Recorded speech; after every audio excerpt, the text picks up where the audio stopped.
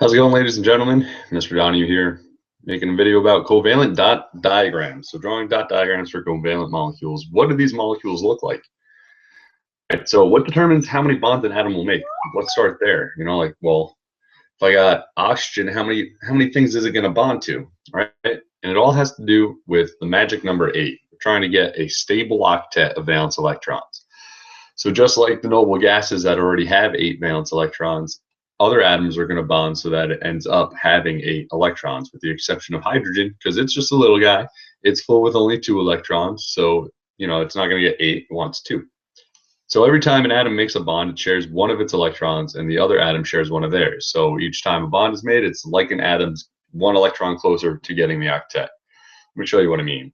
So for example, if we had F2, right, we have fluorine. Fluorine has 7 valence electrons, so I'm going to draw them, right? And I'm going to draw another fluorine and do the same thing.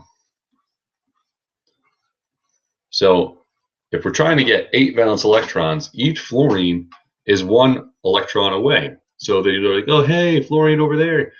How about you share one of your electrons? I'll share one of mine, and then between us, we'll have one more. Watch. They're going to be like, hey, why don't we put those and share these electrons with each other?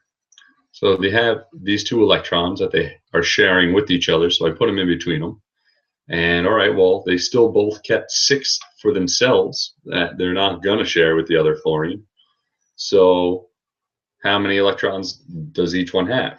Well, since these 2 electrons are for both of them, they both have 8. I can kind of draw like a Venn diagram looking thing, right? These are the electrons for that fluorine, and these are the electrons for that fluorine. They both have those 2 in the middle, so they both have 8. Yay! Right. Yeah, okay. So how many bonds will each element make? Well, it all comes down with the number of valence electrons. So you look up, carbon has 4 valence electrons, and every time it makes a bond, it'll be 1 electron closer. So it needs to get to 8, so it needs to make 4 more bonds.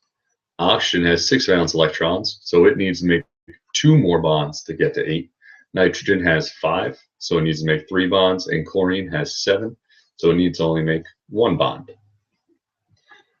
So how do I draw a bond? Well, each bond can be expressed by a dash connecting the 2 atoms, or you can draw the electrons as dots in between the 2 atoms. So just like in fluorine, I could have I did write, this is what I did. I showed 2 dots in between them. Well, that's a bond, right? Boom, boom, boom, boom, boom. So we got the bond right here. Or you could have also have done, hey, I hate drawing dots and I love dashes. So I'm going to show them connected with a dash, and then show the unshared electrons around each fluorine. So either one is acceptable. They're both good. Pick whatever one you want to do and do it. All right. Cl2. So we take a look. Well, chlorine is just like fluorine in that it has 7 valence electrons, so it needs to make 1 bond. So we go chlorine, Cl, Cl, and then make sure that they all have 8 total now. Chlorine made the 1 bond that it wanted to, so now it should have 8. Or you could have done the 2 dots in between, right? Either way is fine. And I'm getting sloppy. So either way is fine. All right, so if we were to take a look at N2, for example, it needs to make 3 bonds. Each nitrogen needs to make 3 bonds, but there's only 2 atoms. How the heck are we going to get it to make 3 bonds? And the trick here is to know that they don't need to be bonds with different things. Nitrogen can make 3 bonds with another nitrogen. So what's happening is they each have 5 valence electrons, so they need to make 3 more bonds. Well, how are they going to do that? Well, each nitrogen's like, hey, instead of sharing 1 electron each, why don't we put in 3 electrons each, and we'll share those 6 electrons, and we can keep the 2 to ourselves. So they're taking all those and they're putting them in between, and they're sharing all 6 of those electrons, and they keep 2 for themselves. So now if I were to draw my Venn diagram kind of deal, that nitrogen has 8, and this nitrogen also has 8. So you can make multiple bonds, double bonds. This would be a triple bond. The other way to draw it would be 3 lines. Since it's a triple bond, you draw 1 line for each bond, so you got 3 lines. So O2, well, we know oxygen has 6 valence electrons, so it needs to make 2 bonds. So we're going to draw oxygen, oxygen. Well, each bond is 2 electrons, so I put, all right, 1, 2, 3, 4 total electrons for a double bond, which means each oxygen is keeping 4 to itself. So if I do my Venn diagram and check, make sure, all right, that oxygen's got 8. Do the same thing for this one. It's also got 8. So that's a happy molecule. So what do you do if there are multiple atoms, like in CH4? Like what's going anywhere? Is it going to be C, H, H, H, H? I can tell you right now, no, right? It's not that at all. I can even erase. All right. So first thing you're going to do is you're going to put the atom that can make the most bonds in the middle. So we know carbon can make 4 bonds. Each hydrogen can only make 1 because it's full with 2 and it has 1 electron already, right? Hydrogen has one electron. It's full with 2, so it only makes 1 bond. So we put the thing that can make the most bonds in the middle. Well, carbon can make the most bonds. We put it in the middle. Symmetrically place the rest of the atoms around it. So I have 4 hydrogens to put around it. Done. That's symmetrical. Bond the atoms to the middle atom. Cool. So I'm going to go with the line. And now it says make multiple bonds if needed. Well, let's see. Carbon made 1, 2, 3, 4 bonds, so carbon's happy. And hydrogen made 1 bond, so it's happy because each line's really 2 electrons. Maybe I'll draw it out so you guys can see. All right.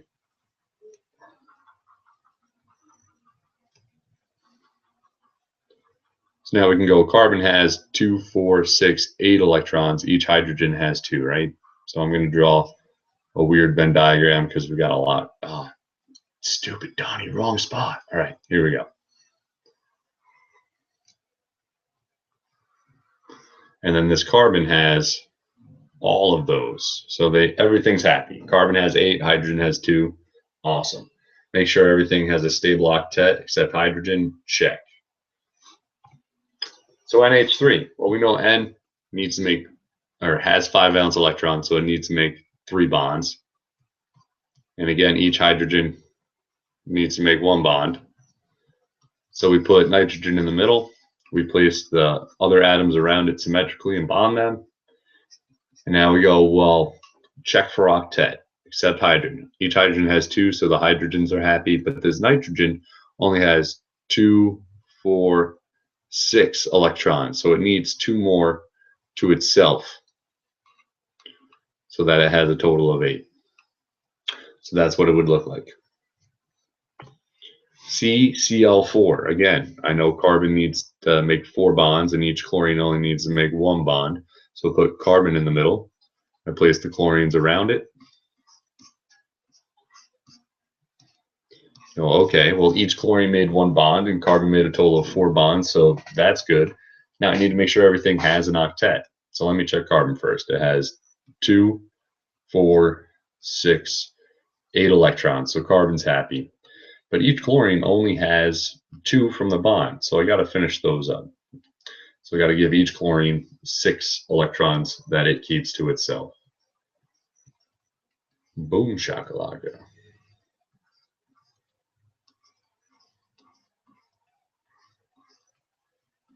So this is what CCl4 would look like, carbon tetrachloride. H2O is an example of a weird one. It's not really weird, but I'm not going to explain to you why it's the shape that it is until another video where I'll go into shapes. So hydrogen needs to make 1 bond, oxygen needs to make 2. So we put oxygen in the middle. And instead of it being symmetrically in a straight line, what it's actually going to look like is it's going to look bent. So that's why it's weird. You'll understand why when you watch an upcoming video on shapes. But the same rules apply in that hydrogen needs to make 1 bond, so the hydrogens are happy. Oxygen needs to make 2 bonds. It made 2 bonds total, so it's happy, except it needs a total of 8. So we have 4 electrons from bonding, so it needs 4 of its own. So that's what the H2O dot diagram is going to look like. So let's do a little review.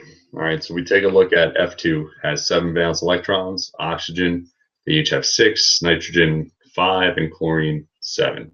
So how many bonds will fluorine make? To get to 8, it needs to make 1 bond. To get to 8, oxygen needs to make 2 bonds, nitrogen needs to make 3, and chlorine needs to make 1. So dot diagram. F, 1 bond to another F, and then they finish off their 8 electrons. Oxygen needs to make 2 bonds, so we're going to draw a double bond. So that's 4 electrons being shared, which means each oxygen has 4 electrons that it's keeping to itself. Nitrogen, all right, needs to make 3 bonds. So I'm going to have to draw a triple bond, which is really 6 electrons, which means each nitrogen is going to keep 2 to itself. Chlorine, just like fluorine, needs to make 1 bond.